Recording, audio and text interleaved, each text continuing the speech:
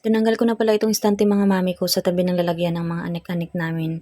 May naisip naman kasi akong lilipatan at dahil naubusan ako ng white, brown na lang muna ang iniligay ko.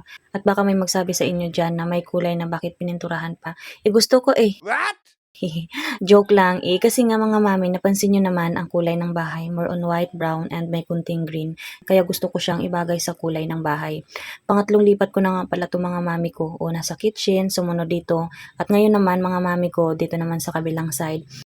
Kasi naisip ko masyadong plain pa dito, wala pa akong naidikit pang iba. Alam niyo mga mami ko, itong stante na to, matagal ko na tong binili. Nung nakatira pa kami sa isang bahay. Hanggang ngayon dito matibay at maganda pa rin.